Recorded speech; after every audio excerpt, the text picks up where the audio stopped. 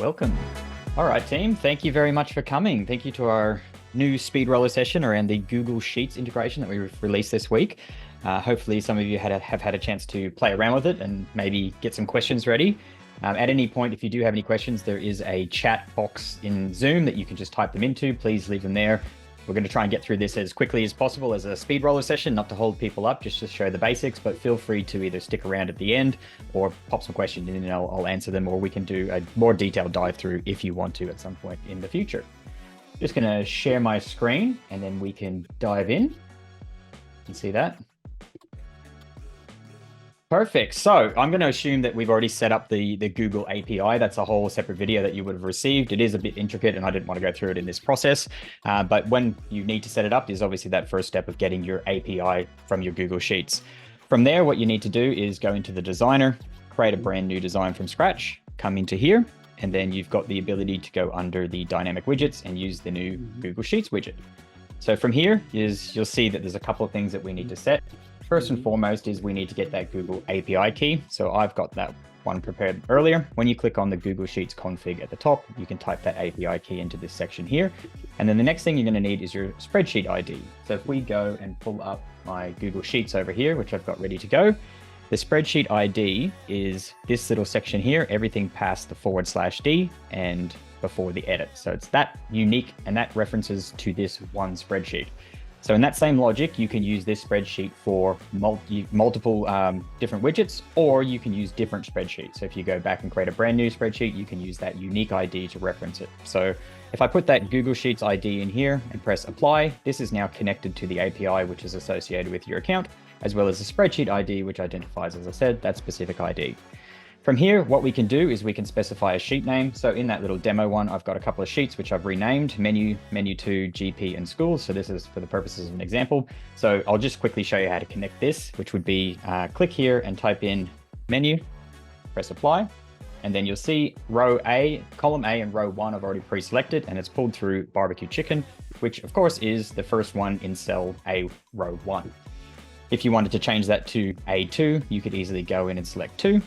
And now you've got pork spring rolls, and you can keep going down. You could change it to B as well. So this is how we would set up a quick little menu, and I'll showcase that now before I get into the nice pretty designs that the girls have put together.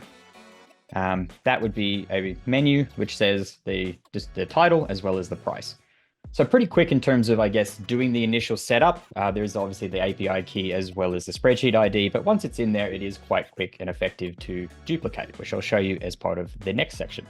So here's this nice design that we've kind of built. So these are available under the marketplace. If you ever need to get your hands on some designs, you can come into the designer, click on the marketplace. Here we have a whole bunch of pre-built ones ready to purchase if you ever want to do it.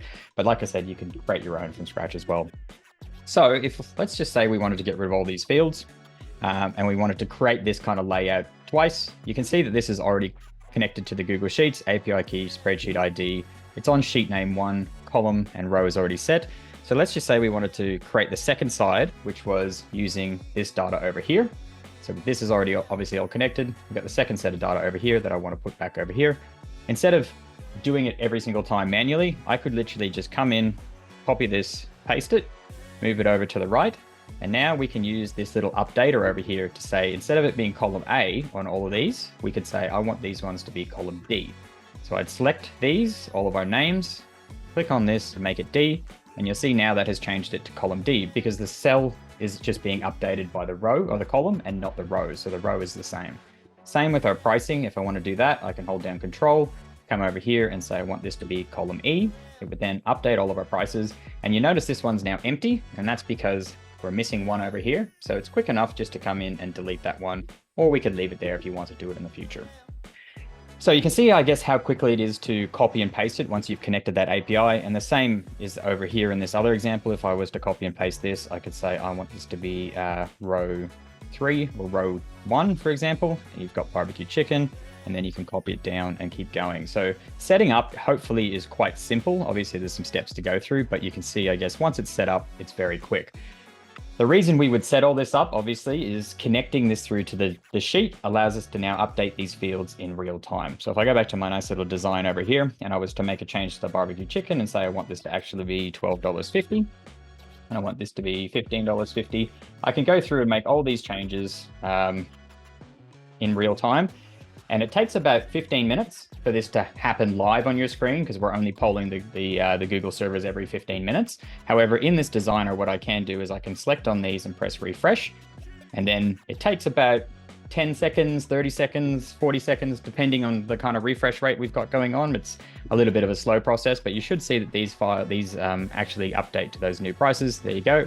So it's now $12.50, $15.50, and so on. So the benefit of doing it this way means instead of having a text field, which you have to come in and edit within Fusion, while that's already a very simple and straightforward process, I could give this sheet to somebody else and they can update their prices themselves. So if you had, let's say, a store manager, you didn't want them to log into Fusion, maybe don't want them changing around any of the content, you can come in, create this Google Sheet with the menu on it, and then you can share it, which says, I want to share it with a specific person, or you could just give them the link, and you can even change their status down here to be viewer or editor. So obviously they're editing it, we would want them to have editor status. Give them editor status. Now anyone with this link, which I can now copy, can go in, update those prices, which would then impact their screen in real time. So really, really handy to do on-site changes if you need to without the process of going into Fusion.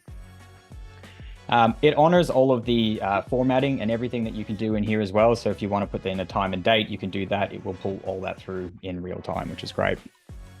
The other thing that we could do is, let's say you had 2 different locations and you had 2 different menu boards with 2 different sets of pricing, say one in Brisbane, one in Sydney. You could also quickly update this in exactly the same way. So in my Google Sheet over here, I have menu 1, but then I have menu 2 over here with a different subset of pricing. All of these fields are in exactly the same position. So A1, A2, B1, so on and so forth. So I know that my menus are kind of identical. So what I could do in here is grab all of these files. And now under the sheet name, I would update this to be menu 2 instead. Press change, and you'll see all of those prices have updated. So from there, I could come in, save it as, and we could go menu board number 2, and then use that on my second store. So changes are quite dynamic, and we've kind of tried to make it as easy as possible to copy and paste and get the setup process done very, very quickly. Another example, again, just another example for a different industry. We've got a doctor's office, for example. This field down here, or pretty much any of these fields, once again, could be dynamically linked through to anything on that Google Sheet. So we've gone through, created the dynamic widget, linked through the API and the spreadsheet ID.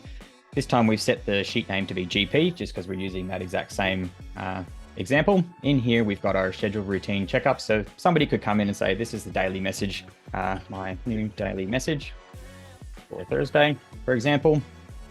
Come in, press the refresh button, or you don't actually have to do this. This is just if you want to see it actually come through live in your designer to make sure it has, which is just updated there. You just literally type that in, wait for it to say it's saved, and then once it's saved, save to drive, you can just close it down, and that would update within about 15 minutes. Oh, it's a 15-minute interval, so if you get it at the 14 minute, you'll only have to wait a minute, but you should see that update on your screen. Another update, again, for here, another example here is for education. So you could have your morning announcements, 1, 2, 3, just create a separate tab down the bottom called school, whatever that is. You would have obviously your own sheet, put your announcements in here and so on. If you want to add another one, you could simply put the new one down there, copy and paste it in, change your row to be number 4, and then you've got yourself a new announcement in here. Obviously, we need to do something with the design where we copy and paste this down. I'm just brutalizing this. Our team is going to kill me now. You get the idea. Oh, come on, move that up, and so on. If you have any questions as well, please feel free to drop them into the question box. So yes, that's essentially the Google Sheets integration. Basically, it just allows you to put dynamic data onto your screen and allows somebody else external to Fusion Signage to update it in real time. I'm not going to bother with this anymore. So 10 minutes in, we've got another 5 minutes. If there's any questions or anything you want to see in more detail, has anybody had a play around with it? Any successes, anything like that they want to go through? Feel free to drop them into the meeting chat, and I'd love to hear about them.